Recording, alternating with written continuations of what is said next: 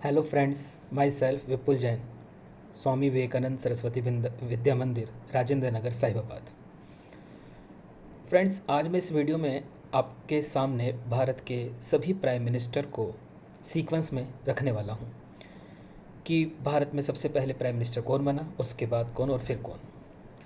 इसलिए मेरी वीडियो केवल मेरे स्टूडेंट्स के लिए ही नहीं है, बल्कि हर वो व्यक्ति जो थोड़ा सा भी पॉलिटिक्स में इंटरेस्ट रखता है उसको ये वीडियो बहुत अच्छी लगेगी, क्योंकि उसे भारत के सभी प्रधानमंत्री के बारे में थोड़ा बहुत जानने को मिलेगा। वैसे अगर बात करें तो भारत में पर्सन के हिसाब से अगर बात करें तो 14 प्रधानमंत्री हुए तक हुए हैं, 14 प्राइम मिनिस्टर हुए हैं। लेकिन कुछ लोग 2 बार बने और बीच में कार्यवाहक प्रधानमंत्री भी रहे, तो उसकी संख्या मिलाकर के 18 होती है। तो चलिए देखते हैं कौन कौन कब कब प्रधानमंत्री बना। पंडित जवाहरलाल नेहरू, जो भारत के आज़ाद होते ही 15 अगस्त 1947 से 22 मई 1964 तक इस पोस्ट पर रहे। ये भारत के पहले प्रधानमंत्री थे। पंडित जी को नॉन अलायंस मूवमेंट का जनक भी माना जाता है और भारतीय विदेश नीति के निर्माता के रूप में इन्हें याद किया जाता है। 1954 में पंडित जी ने चाइना से पंचशील एग्रीमेंट साइन किया। 1962 में पंडित जी के समय में ही चाइना से हमारा वॉर हुआ, लेकिन इसको लेकर पंडित जी की विदेश नीति की बहुत आलोचना की जाती है, क्योंकि इस वॉर के बाद भारत की 32 स्क्वायर किलोमीटर की ज़मीन चाइना के पास चली गई। पंडित जी भारत के पहले ऐसे प्रधानमंत्री थे जिनकी पद पर रहते हुए मृत्यु हुई, और पंडित जी को बच्चे प्यार से चाचा नेहरू के नाम से भी जानते हैं।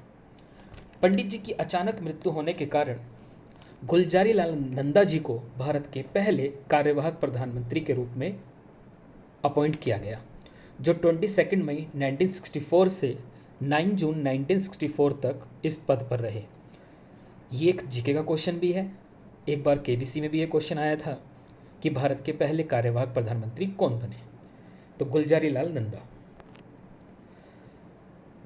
लाल बहादुर शास्त्री भारत के सेकंड प्राइम मिनिस्टर बने, जो 9 जून 1964 से 11 जनवरी 1966 तक इस पोस्ट पर रहे। लाल बहादुर शास्त्री जी एक साफ सुथरी छवि के नेता थे। एक बार रेल मंत्री रहते हुए दुर्घटना हुई तो उसकी नैतिक जिम्मेदारी लेते हुए शास्त्री जी ने अपने पद से त्यागपत्र दे दिया। शास्त्री जी के समय में भारत को 2 बड़ी समस्याओं का सामना करना पड़ा। एक तो 1965 का इंडो पाक वॉर शास्त्री जी के समय में हुआ, जिसमें 10 जनवरी 1966 को ताशकंद समझौता हुआ। उसी रात शास्त्री जी की रहस्यमय परिस्थितियों में मौत हो गई। और एक फूड क्राइसिस भी लाल बहादुर शास्त्री जी के समय में ही भारत को झेलना पड़ा। इसीलिए शास्त्री जी ने जय जवान जय किसान का नारा भी दिया। आपको पता भी हो कि शास्त्री जी ने ये भी कहा था कि हफ्ते में 1 दिन हमें उपवास रखना चाहिए, और अगर हो सके तो लोगों को अपनी छतों पर भी अनाज बोना चाहिए। शास्त्री जी की मृत्यु के बाद एक बार दोबारा गुलजारी लाल नंदा जी को भारत का कार्यवाहक प्रधानमंत्री बनाया गया, जो कुछ दिनों तक ही रहे, 11 जनवरी 1966 से 24 जनवरी 1966 तक। गुलजारी लाल नंदा जी के बाद कांग्रेस की कमेटी ने भारत की 3rd prime minister Indira Gandhi ji को चुना, और इंदिरा गांधी जी भारत की 3री प्रधानमंत्री बनी और भारत की पहली महिला प्रधानमंत्री, जो 24 जनवरी 1966 से 24 मार्च 1977 तक इस पोस्ट पर रही। जैसे कि इंदिरा जी भारत की पहली महिला प्रधानमंत्री बनी। इन्होंने गरीबी हटाओ का नारा भी दिया। 1972 का भारत पाकिस्तान वॉर इन्हीं के समय में हुआ, जिसके बाद शिमला समझौता हुआ। 1974 में भारत ने पहली बार इंदिरा जी के नेतृत्व में ही परमाणु परीक्षण किया था। 1975 का आपातकाल इंदिरा जी की राजनीतिक छवि को धूमिल करता है। इन्हें प्रियदर्शनी के नाम से भी जाना जाता है। इंदिरा जी के बाद मोरारजी देसाई भारत के 4th प्राइम मिनिस्टर बने, जो 24 मार्च 1977 से 28 जुलाई 1979 तक इस पोस्ट पर रहे। मोरारजी देसाई भारत के पहले गैर कांग्रेसी प्रधानमंत्री थे, जो जनता पार्टी के रिप्रेजेंटेटिव के रूप में प्रधानमंत्री बने थे। देसाई जी सबसे अधिक उम्र में प्रधानमंत्री बनने वाले व्यक्ति थे। जब वो प्रधानमंत्री बने उस समय उनकी आयु 81 वर्ष थी, 81 ईयर। और देसाई जी पहले ऐसे प्रधानमंत्री बने जिन्होंने अपने पद से त्यागपत्र दिया। चौधरी चरण सिंह भारत के 5th प्राइम मिनिस्टर बने, जो 28 जुलाई 1979 से 14 जनवरी 1918 तक इस पद पर रहे। चौधरी साहब भारत के ऐसे प्रधानमंत्री थे जो कभी संसद के अधिवेशन में शामिल नहीं हुए और केवल 5 महीने तक प्रधानमंत्री पद पर रहे, परंतु किसानों के बहुत बड़े नेता माने जाते थे। किसान इन्हें मसीहा के रूप में मानते थे और इनकी समाधि का नाम भी किसान घाट ही है। चौधरी जी के बाद एक बार पुनः इंदिरा जी दोबारा देश की प्रधानमंत्री बनी, जो 14 जनवरी 1980 से 31 अक्टूबर 1984 तक इस पद पर रही।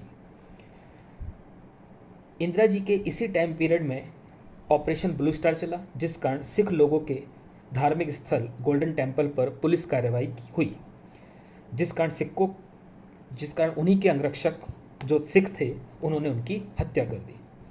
इंदिरा जी ने इंदिरा बुलाओ देश बचाओ का नारा भी दिया था। इंदिरा जी के और भी कुछ कार्य हैं, जैसे बैंकों का नेशनलाइजेशन, राष्ट्रीयकरण इंदिरा जी के द्वारा किया गया। पहले सारे बैंक गवर्नमेंट प्राइवेट हुआ करते थे, इंदिरा जी ने उन्हें प्राइवेट किया। प्रीवी पर्स यानी कि राजाओं को कुछ विशेष अधिकार मिले हुए थे, उसकी समाप्ति इंदिरा जी ने करी। तो इस तरीके से इंदिरा जी के भारत के एक सफल प्रधानमंत्रियों में इंदिरा जी की गिनती की जाती है।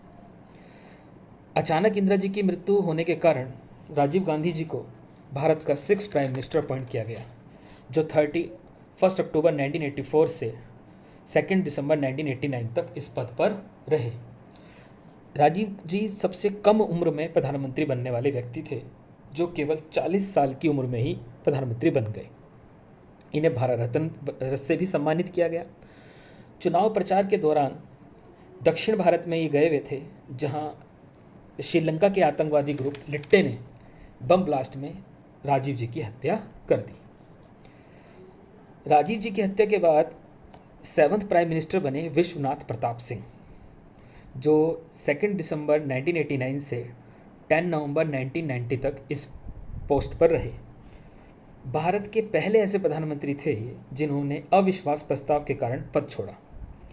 वीपी सिंह जी जनता दल के नेता थे और नेशनल फ्रंट अलायंस के प्रधानमंत्री बने।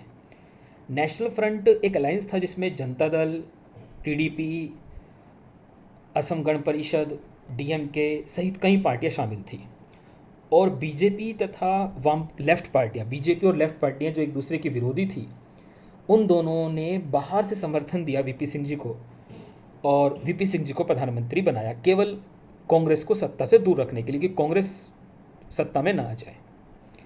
इन्हीं के समय में भारतीय राजनीति में मंडल मुद्दा छाया रहा, जो ओबीसी को लेकर था, परंतु इनकी सरकार 1 साल से पहले ही गिर गई। वीपी सिंह जी के बाद 8th prime minister of India Chandrashekhar ji 10 नवंबर 1990 से 21 जून 1991 तक इस पद पर रहे और चंद्रशेखर जी समाजवादी पार्टी से आते थे।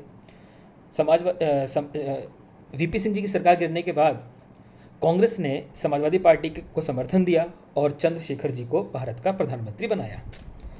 चंद्रशेखर जी के बाद पीवी नरसिम्हा राव भारत के 9th प्राइम मिनिस्टर बने, जो 21 जून 1991 से 16 मई 1996 तक इस पोस्ट पर रहे।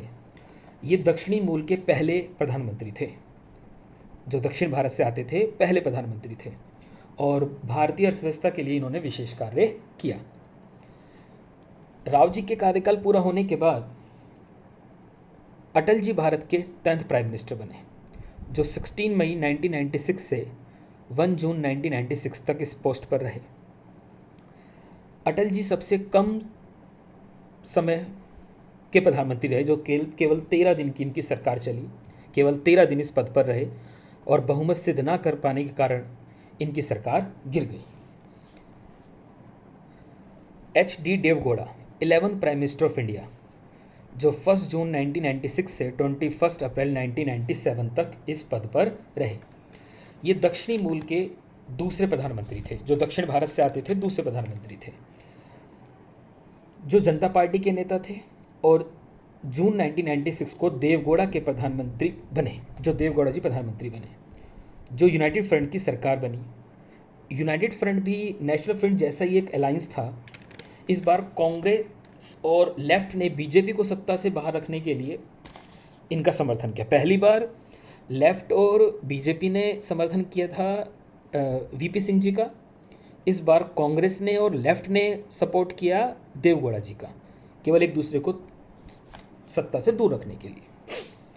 परंतु थोड़े समय में ही कांग्रेस ने देवगौड़ा की सरकार से समर्थन वापस ले लिया और देवगौड़ा जी को हटाकर इंद्र कुमार गुजराल जी को भारत का 12th प्राइम मिनिस्टर बनाया, जो 21 अप्रैल 1997 से 19 मार्च 1998 तक इस पोस्ट पर रहे।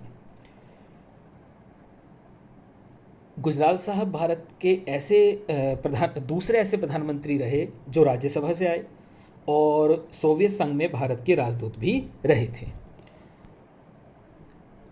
अटल जी दूसरी बार भारत के प्रधानमंत्री बने 19 मार्च 1998 से 22 मई 2004। ये कार्यकाल इनका पूरा रहा। ये देश के ऐसे पहले ऐसे गैर कांग्रेसी प्रधानमंत्री बने जिन्होंने अपना कार्यकाल पूरा किया। अटल जी एक बहुत बड़े कवि भी थे और अपने भाषण के लिए, अपने बोलने के अंदाज के लिए अटल जी को आज भी याद किया जाता है। 1998 में इन्हीं के समय में भारत ने पोखरण में परमाणु परीक्षण किया। भारत परमाणु शक्ति बना। पाक से संबंध सुधारने के लिए भी अटल जी ने विशेष कार्य किया। इन्होंने लाहौर बस सेवा शुरू करी। खुद दिल्ली में अम्बेडकर स्टेडियम से लाहौर बस में बैठ कर के लाहौर गए, लाहौर घोषणा पत्र पर सिग्नेचर किए। परंतु पाकिस्तान ने फिर भी कोई सकारात्मक रुख नहीं दिखाया और कारगिल में घुसपैठ की, जिस कारण 1999 में भारत का एक वॉर हुआ पाकिस्तान से, कारगिल वॉर, और जिसमें भारत ने पाकिस्तान को हराया और जो घुसपैठ थी उनको वापस भारत से बाहर खदेड़ा। अटल जी इसलिए भी याद किए जाते हैं, यूएनओ में भारत की तरफ से पहली बार हिंदी में भाषण देने के लिए भी अटल जी को याद किया जाता है। अटल जी के बाद 13 प्राइम मिनिस्टर जो बने भारत के, वो बने डॉक्टर मनमोहन सिंह। डॉक्टर मनमोहन सिंह 22 मई 2004 से 26 मई 2014 तक इस पद पर रहे और मनमोहन सिंह की जो सरकार रही वो यूपीए की सरकार रही, यूनाइटेड प्रोग्रेसिव अलायंस। यूपीए एक कांग्रेस और उसके सहयोगी दलों का अलायंस है, एक जिसमें कांग्रेस और उसके साथ कुछ दल मिले हुए हैं। उन्होंने मिल करके एक अलायंस बनाया और मनमोहन सिंह जी को देश का प्राइम मिनिस्टर अपॉइंट किया। मनमोहन सिंह जी भारत में लिबरलाइजेशन के जनक माने जाते हैं, फादर ऑफ लिबरलाइजेशन। ये आरबीआई के गवर्नर भी रह चुके हैं। मनमोहन सिंह जी के बारे में कहा जाता है कि इन्होंने सबसे ज़्यादा डिग्रियां प्राप्त की हैं और भारत में एलपीजी, लिबरलाइजेशन, प्राइवेटाइजेशन और ग्लोबलाइजेशन लाने वाले ये नेता माने जाते हैं। मनमोहन सिंह जी के बाद वर्तमान समय में भारत के प्रधानमंत्री नरेंद्र मोदी जी हैं, जो लास्ट 6 साल से इस पद पर कार्यरत हैं। मोदी जी गिनती भारत के सबसे सफल प्रधानमंत्रियों में होती है और उनकी राजनीतिक योग्यता को विदेशी भी स्वीकार करते हैं। Demonetisation, surgical strike, air strike जैसे ठोस निर्णय लेने के कारण उनकी प्रशंसा आज सारा भारत कर रहा है। तो इस प्रकार ये हमारे 14 प्राइम मिनिस्टर हुए श्री नरेंद्र मोदी जी। आई होप ये वीडियो आप लोगों को काफ़ी पसंद आई होगी।